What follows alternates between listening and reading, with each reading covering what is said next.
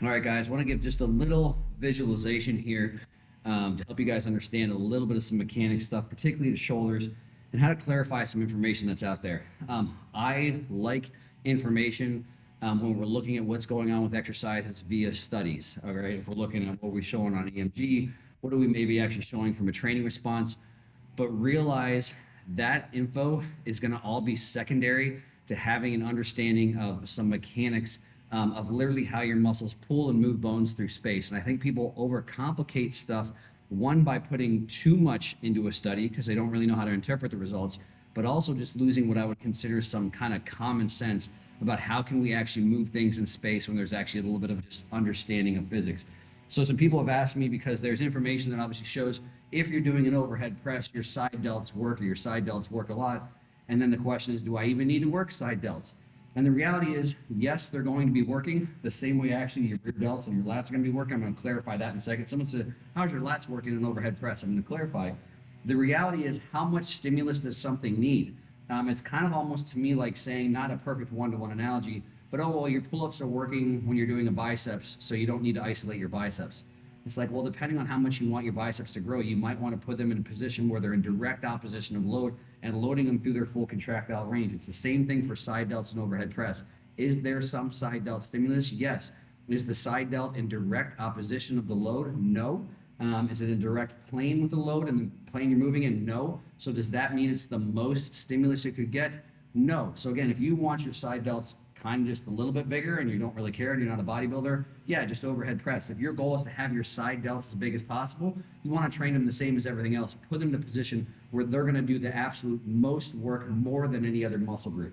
And so some kind of common sense on this stuff is, if we're doing an overhead pressy type of motion, what are we doing? We're pulling your bone, your humerus, vertically. Assuming we're using something with gravity, we have to go in direct opposition, and last time I checked, gravity works in the vertical plane. So we're basically pulling this bone vertically. What is the most basic physics? What can pull this up? So if this is the axis of the joint that we're moving in, it's everything above that axis that can pull this bone up, right? So literally anything below this axis, if this contracts, if I contract this rear delt and rear delt alone, what does it do? It pulls stuff this way, or his lat pulls stuff this way.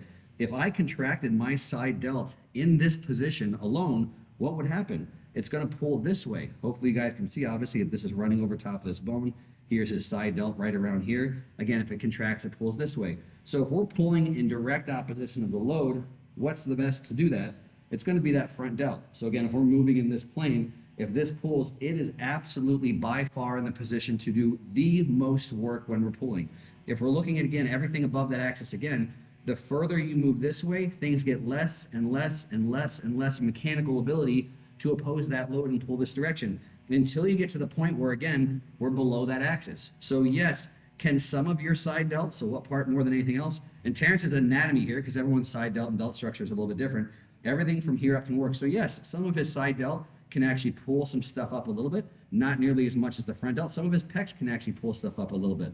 But again, it's not going to be in nearly as good of a position to do it if we do, let's say, a lateral raise variation where we're going this way.